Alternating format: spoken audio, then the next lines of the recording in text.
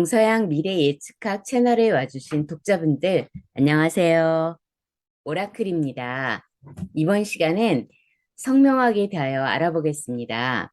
그 전에 좋아요, 구독 꾹꾹 눌러주시고 알림 설정 잊지 마세요. 저희가 바로바로 찾아갈게요. 오늘은 권영수 교수님을 모시고 성명학이 무엇인가에 대한 강의와 신생아 장면과 개명을 해보도록 하겠습니다.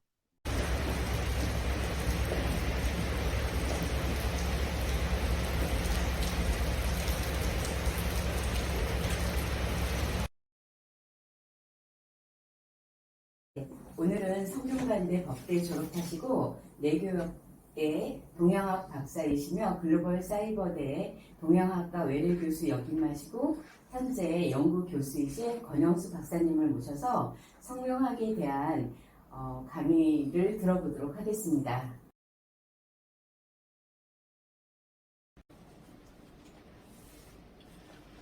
이번 강의는 이제 크게 세 파트로 나눠서 진행을 하도록 하겠습니다. 첫 번째는 이 성명학이 무엇인가 그 이론 전반을 좀 살펴보겠고요.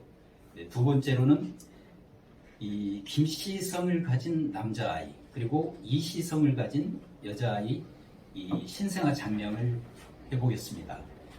그리고 마지막 세 번째로는 사람의 이름을 감명하면서 새롭게 개명하는 작업을 진행하도록 하겠습니다. 그럼 우선 먼저 첫 번째 이 성명학 이론에 대한 전반적인 내용을 간략하게만 살펴보는 시간을 갖겠습니다. 우리가 성명학이라고 할 때 이렇게 쓰는데 이 성명학에서 성은 그렇게 큰 비중을 차지하지 않고 있습니다. 어떤 부분 정도가 관심을 갖냐면 각 성에는 이제 본이 있기 마련이죠. 본관이라고 해가지고 뭐 안동 권신이, 김해 김신이 이렇게 이제 본이 있습니다. 그러면 이 각 본에 따라서 돌림자를 쓰는 집안이 많아요. 그거를 이제 좀 유식한 말로 이제 항렬자다. 이 항렬자를 통해서 어떤 혈통관계의 그 친밀도, 가까운 사람, 그 다음 사람, 먼 사람 이렇게 이런 세대수를 살펴볼 수 있는 이런 항렬자를 가지고 그 사람 이름에 적용을 해가지고 그 사람의 신분이나 어떤 그 친인척 관계를 좀 이해할 수 있도록 그렇게 도움을 주는 장명을 하고 있습니다. 그래서 이제 성명학에서는 이제 성을 다루기는 매우 복잡하고 내용도 많아서 어렵고 이건 이제 전문가들이나 관심을 갖는 영역이고요. 항렬자에 대해서는 뭐 몇 가지 논문도 나와 있고 또 실무에 있는 사람들도 좀 관심을 가질 수밖에 없습니다. 그러나 요즘에는 이제 젊은 세대들이 아이들을 낳아가지고 이 항렬자를 잘 쓰지 않는 경향이 있습니다. 그러면 이제 가장 중요한 것이 이 이름인데 이 이름에는 뭐가 있을까? 가장 크게 이제 다루고 있는 것이 사람 이름이죠. 홍길동, 임꺽정 이런 사람 이름. 그리고 또 이 장명가들이 다루는 것들 중에 이제 그 품명이라는 게 있습니다. 품명. 창세기라는 뜻을 가진 그 제네시스, 자동차 이름 있죠. 제네시스. 또 아파트 이름 중에 뭐 레미안 이런 것들이 다 품명에 해당하겠습니다. 그리고 이제 또 하나 이제 사명이라고 해서 그 주식회사 삼성전자 혹은 뭐 먹고과자 식당 아니면 뭐 깎고 뽑고 미용실 이런 것들이 크게 봐서 이제 사명에 해당하겠습니다. 그러면 이 성명학 장명가들이 하는 일은 뭐냐? 이런 이름에 대해서 즉 인명, 품명, 사명에 대해서 이 장명을 한다. 최초로 이름을 짓는다. 그리고 이름을 지었는데 뭔가 좀 문제가 있다. 그래서 고치는 걸 이제 개명이라고 하죠. 그리고 개명을 하기 위해서는 그 이름이 제대로 된 건지 잘못된 건지 이런 것을 한번 짚어보는 것. 어떤 거울에 비춰본다. 그래서 감명이라고 합니다. 즉 장명법에 비춰보는 것입니다만 이러한 일들을 하는 사람을 이제 장명사라고 하죠. 장명 어떤 사. 그러면 성명학은 뭘까? 이 대학 강의나 이런 데서 이제 펼쳐지는 그 내용들은 성명학은 이제 좁은 의미의 어떤 성명학을 다루고 있습니다. 그 협의의 성명학으로서 성명학을 규정짓자면 이 장명사가 인명, 품명, 사명을 장명, 개명, 감명하는 행위를 그 이론 체계로 하는 학문이다. 이렇게 이제 말할 수가 있겠죠. 자, 이것이 이제 우리가 본 성명학의 어떤 그 개념적인 내용이고요. 이름에 대해서 이제 살펴보겠습니다. 이름이라는 게 뭐냐? 이름은 여러 기능이 있지만 가장 큰 기능은 뭐니 해도 구별이겠죠. 구별 기능. 근데 이 이름은 이제 초기 우리 그 원시인들, 우리 선조들이 동굴에서 살았을 때 캄캄한 동굴 속에서 누구를 부른단 말이에요. 이게 무슨 소리를 통해서, 소리를 통해서 어떤 이름을 부르는 거예요. 이걸 뭐 고상하게 이제 발음이라고 하죠. 발음, 한자로. 이제 세월이 흐르면서 이게 소리만 가지고는 여러 가지 한계가 있고 문제점이 있다. 그러면서 이제 그 문자의 출현 이후에 이 이름을 이제 문자로 기록한다. 그리고 이제 문자를 가지고 이제 서로 이제 공유를 하게 되는 거죠. 이러한 그 이름의 두 가지 특성, 소리, 발음하고 이 문자. 여기에 대해서 이제 훗날 장명가들이 이제 관심을 갖게 되는 겁니다. 그래서 나중에 이제 장명법 종류에서 소개가 되겠습니다만은 이름은 소리가 중요하다 해서 이제 발음, 모형, 성명학 이런 것들이 나오고 있고요. 이름은 뭐니 해도 이제 글자로 쓰여져야 되는 거 아니냐. 그래서 이제 그 글자의 뜻을 좀 봐야 된다. 해서 자원오행, 성명학 같은 것들이 이제 등장하게 되는 겁니다. 그러면 이 이름이라는 것은 어떤 그 영향이 있을까? 이름에 어떤 영향, 혹은 뭐 영향력이라고 해도 되겠죠. 옛날 그 고대인들은 이러한 그 문자에는 신과 통하는 의미가 있다라는 인식이 있었다고 합니다. 아마 이러한 그 생각들의 근저에는 그 고대 원시 신앙의 한 형태인 그 애니미즘, 그리고 이제 도가의 어떤 정명 사상 같은 것들이 영향을 주었겠다, 그렇게 이제 말합니다. 그러면 이 문자가 신과 통하는 의미가 있고 뭔가 그 신령스러운 그런 기운을 갖고 있다. 이런 측면에서 그러한 인식이 이제 현재까지 이어져 와가지고 활용되는 것 중에 하나가 부적이 있습니다. 부적.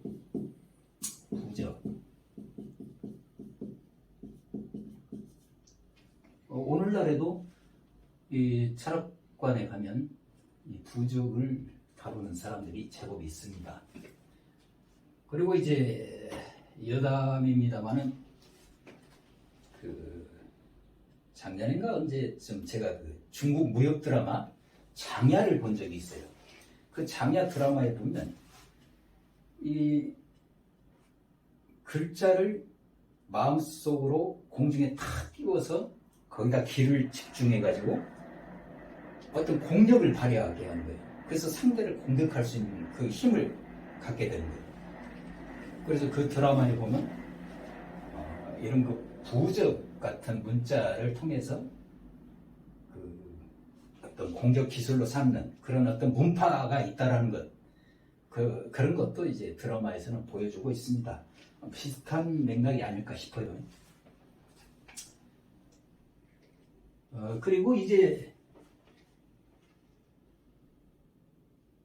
어떤 이름의 중요성은 일반적으로 이제 그 공자님의 말씀을 많이 거론하죠. 이제 공자의 그 정은 순행이다.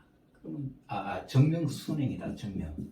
이름이 바르면 모든 것들이 이제 도리에 맞고 어긋나지 않고 제대로 흘러간다는 뭐 그런 의미 같습니다. 그리고 이제 가장 유명하게 이렇게 회자되는 게 그 구양수, 그 당son 8대가 중에 한 사람이죠. 송나라 때. 구양수의 그 호사유피 인사유명. 우리말로는 다 알죠. 호랑이는 죽어서 가죽을 남기고 사람은 죽어서 이름을 남긴다. 이러한 그 공자나 구양수의 말을 통해서 뭘 알 수 있냐? 이름이 그만큼 중요하다. 그런 것을 살펴볼 수 있습니다. 그러면은 이름의 그 영향이 이러한 그 부적까지 내려오는 거 이거 말고도 오늘날 또 활용할 수 있는 면이 없을까 해서 이제 연구를 한 사람들이 있습니다. 미국의 이제 피글리오 교수라는 사람의 논문을 보면은 이 굉장히 남성적인 이름을 가진 여학생, 뭐 예컨대 뭐 알렉시스다, 알렉시스, 뭔가 그 어감이 좀 남성에게 어울릴 것 같은 그런 이름이죠. 그런데 이러한 이름을 가진 여학생이 이 수학이나 과학에 관심을 갖고 또 대학 진학에서도 수학이나 과학을 이제 전공으로 택하는 그런 사례가 이제 쭉 그 통계치로 어느 정도 잡혔던가 봅니다. 그 반대도 이제 성립이 되겠죠. 그래서 이 이름은 상당히 그 어떤 인간의 어떤 삶에 영향을 끼치는 그런 면이 있다. 적어도 간과할 수는 없는 거다. 이렇게 보고 있습니다. 그리고 또 하나 이제 우리가 한번 주목해서 봐야 할 그 사람과 이론이 그 일본의 에모토 마사루라는 사람이 있습니다. 이 에모토 마사루, 이 강본승이라고 하는데 본에다가 이제 승이죠 이렇게. 에모토 마사루. 이 사람이 쓴 책이 있어요. 쬐그만한 두께가 얇아요. 물은 답을 알고 있다. 이런 책이 있는데 그 책의 내용이 뭐냐? 간단하게 소개하자면 이 물에다가 어떤 그 소리를 이렇게 자극을 주는 겁니다. 뭐 사랑해라든가 죽어 이런 식으로 자극을 주고 그 물을 얼려서 그 얼음의 결정을 사진으로 찍어서 봤더니 좋은 말, 아주 긍정적인 말을 한 그 얼음의 결정체는 그 결정의 모양이 분명하고 또 그 결정이 매우 아름답게 나타났다, 사진에. 근데 이제 아주 나쁜 말, 저주, 그런 그 부정적인 말들을 쏟아부었던 그 얼음 결정은 결정 자체가 흐릿하고 또 결정이 아름답지가 못했다. 이것은 우리 인간사에 많은 그 시사점을 주는 거 아니냐 해서 이제 장명학계에서는 이 에모토 마사루의 그 물은 답을 알고 있다라는 내용을 대거 이제 차용을 해서 그거를 이제 발음오행 성명학에 이제 접목시키는 이제 그런 일들이 또 진행되어 왔고 현재도 그 이론을 자꾸 원용을 하고 있습니다. 그러나 여기서 한 가지 좀 깊이 생각해 볼 점이 있겠는데, 이 발음, 이것이 어떤 영향을 줄 수는 있겠다. 그러나 이름하고 관련해서 이 초성인 자음 발음 하나만 가지고 그 인간에게 어떤 영향을 줄까? 즉 홍길동 하면은 앞에 히읗, 기역, 디귿 이런 자음, 이 발음이 어떤 기운이 이렇게 함축되어 있어서 그 기운이 전달되는 것이냐, 이거는 적극적으로 동의하기는 좀 어려운 면이 있는 거 아니냐. 그래서 오히려 그 발음, 소리라는 것은 하나의 그 단어를 이루어서 이렇게 전달이 됐을 때 어떤 기운도 따라가는 거 아니겠냐. 예를 들어서 사랑해, 혹은 사기꾼, 이런 단어를 통해서 어떤 기운이 이 단어에 머금고 있는 기운이 있고, 그것이 이제 이렇게 전달되는, 오히려 이쪽이 더 이제 수긍할 만한 부분이다. 이와 관련해서 이제 소개할 수 있는 그 실험들이 있죠. 국내에서도 모 방송사에서 실험을 했다고 하는 건데, 그 양파나 이제 쌀밥 같은 경우, 팝공기에 사랑해, 예뻐, 긍정적인 말을 한 밥하고, 죽어라, 넌 왜 이렇게 못생겼냐, 먹기 싫어, 이런 저주나 부정적인 말을 쏟아부었던 그 밥을 냉장고에 두고 며칠 후에 열어봤더니, 긍정적인 말을 받았던 밥은 멀쩡하고, 부정적인 말을 받았던 그 밥은 완전히 식거나 곰팡이가 폈다는 거죠. 양파도 마찬가지죠. 아주 긍정적인 양파는 싹도 잘 틔우고 잘 자래. 그러나 부정적인 말을 들었던 양파는 싹 틔우는 개수가 적어. 근데 또 싹 튼 거마저도 예쁘고 곱게 무럭무럭 자라지를 않다라는 거죠. 그래서 이것이 뭔가 좀 어떤 인간 세계나 사물에 어떤 영향을 끼칠 수 있겠다. 이렇게 이제 확장하는 인식이 이제 퍼져오고 있습니다. 아직 딱 이렇다라고 하기는 어려운 단계인 것 같고요. 단지 이러한 실험이나 이런 이론들이 많은 시사점을 주고 있다. 그래서 장명하는 사람들은 이러한 이론이나 생각들을 좀 알고 올바르게 이제 인식할 필요가 있고, 그러한 과정을 통해서 적용이 돼야 된다. 이렇게 해서 이제 이름에 대해서 전반적인 그 내용을 살펴봤고요.